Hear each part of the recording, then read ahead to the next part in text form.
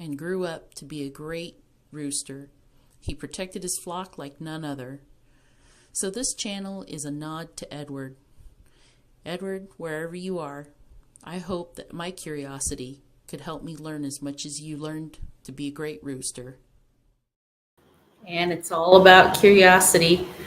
That was a little bit strange with the layout there, so I'm trying new things, you guys. So if it was weird that I'm kind of hovering in the background, that's because I didn't know it was going to be showing.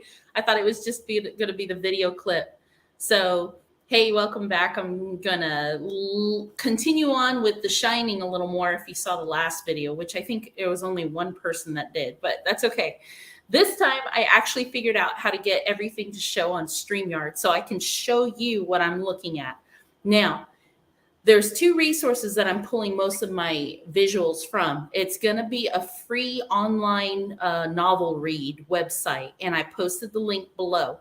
So if you want to click on it and see what I'm seeing, you can, or you can just watch the screen. Either way, it's a book. So if you get the Shining book and you want to read it through, it should be the same print. From what I understand, this website just copies off the print of the book.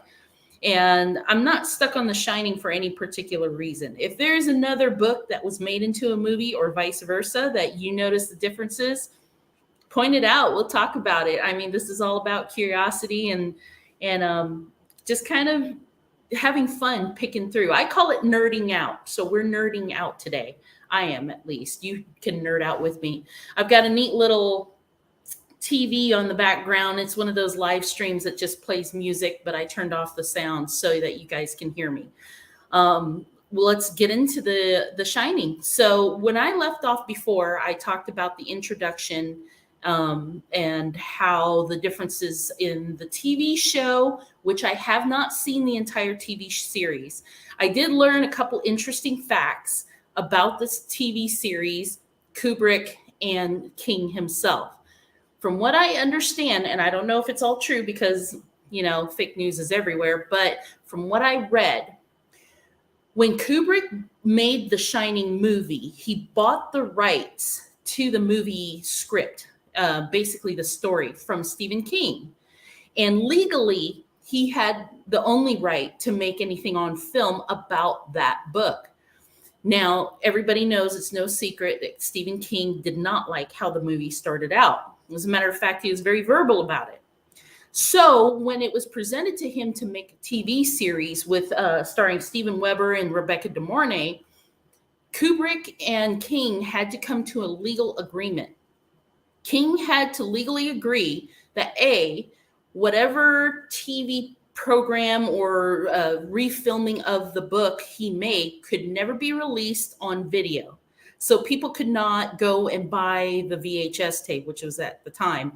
I don't know about DVDs because on a personal note, I just bought the DVD for my husband. So I mean, we're still buying the video, right? In fact, the YouTube channel that I'm using to kind of show parts of the TV series is not complete. So, I mean, it's less than perfect. But the other part to the agreement that Kubrick and King came to was that King could not say anything negative about the movie anymore. He basically had to legally agree to stop talking trash about Kubrick's movie.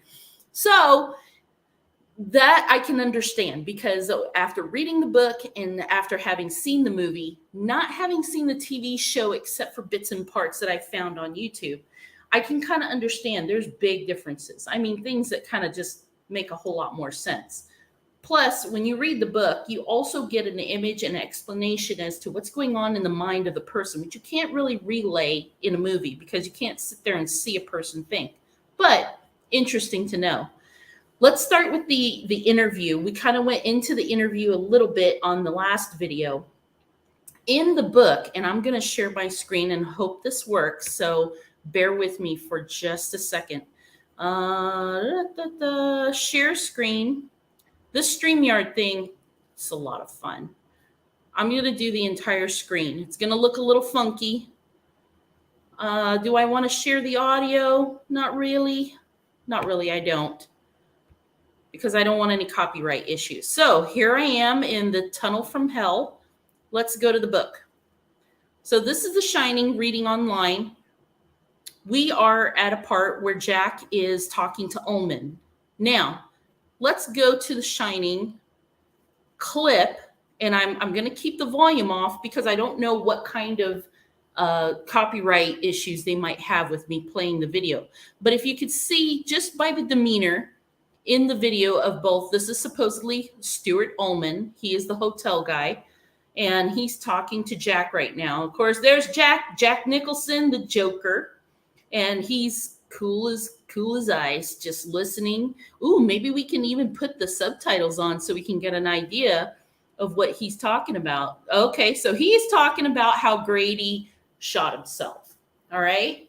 Now, let me just pause right here because I'm going to tell you that in the book, after Jack has this interview, great look on your face there, Jack. After Jack has this interview with Ullman in the book, he gets passed over to a guy named Watson, who is the hotel maintenance guy and the one that really shows Jack how to work the boilers. And that's his primary role there at the Outlook Hotel, according to the book. He is there to maintain the boilers so that the hotel stays heated enough and doesn't obtain weather damage from the freezing cold. But the boilers are so old that they have to be depressurized every so many hours. So in order to keep the boilers from blowing up, which plays a key feature later on in the book, Jack has to physically go down there and release the pressure. Now, here in the movie, you don't even see Watson. You maybe see him in the background. He says 2 words and that's it. In the book, Jack goes through an entire walkthrough with this guy, Watson, the maintenance guy. And then, of course, like any job you first get into, people start to gossip.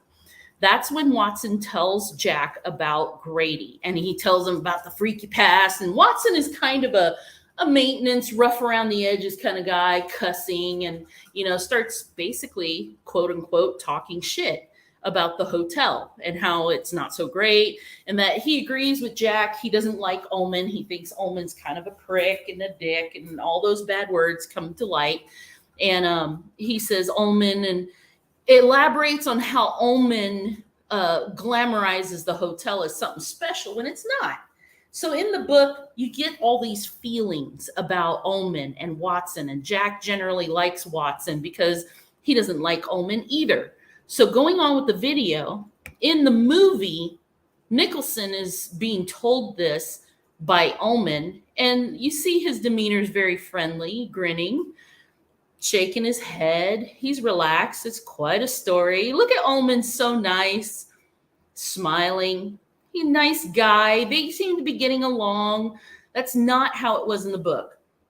In fact, in the book, Ullman apparently was very aggravated at Jack because everybody, I don't know if you paid much attention in the movie, Jack Torrance got this job because his friend is on the board of directors.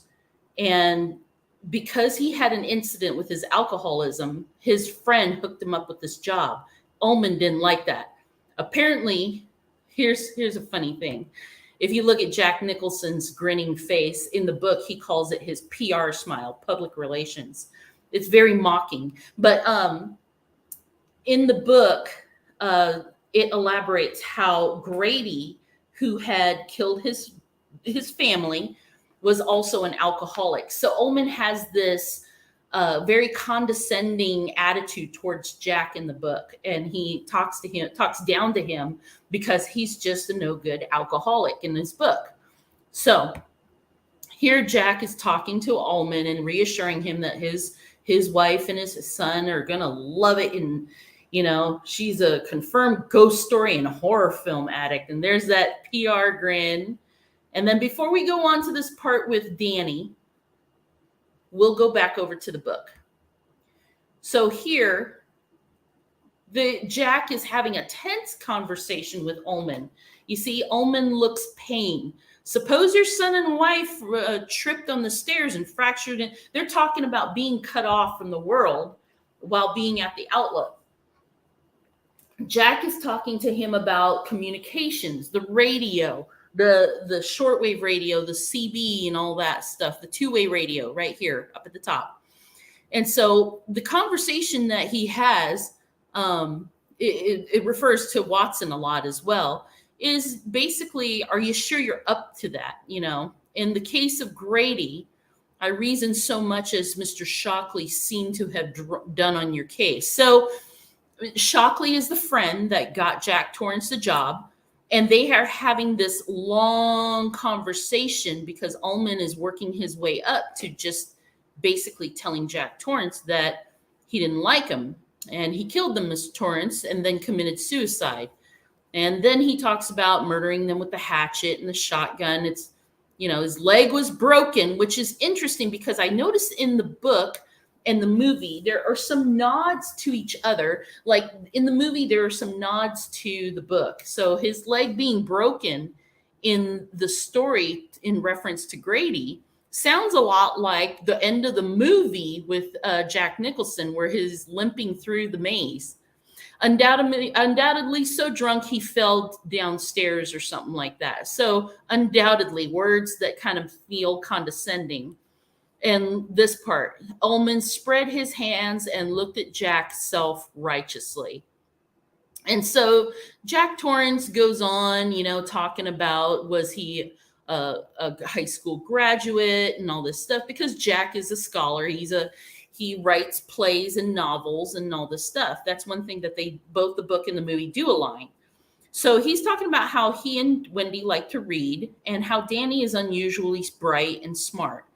And so at one point, Ullman says, I hope there are no hard feelings, Mr. Torrance. There's nothing personal in the things I've said to you. I only want what's best for the Overlook. So in the book, Ullman has this weird obsession with almost like a love affair with this hotel. And he's very proud of it. And he's very uppity about it. And he wants it to stay that way. And so, okay, whatever. Jack flashes his PR grin again. No hard feelings, you know.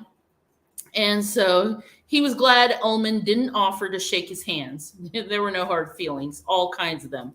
So then here's one thing that does go align with the movie and the book. Danny.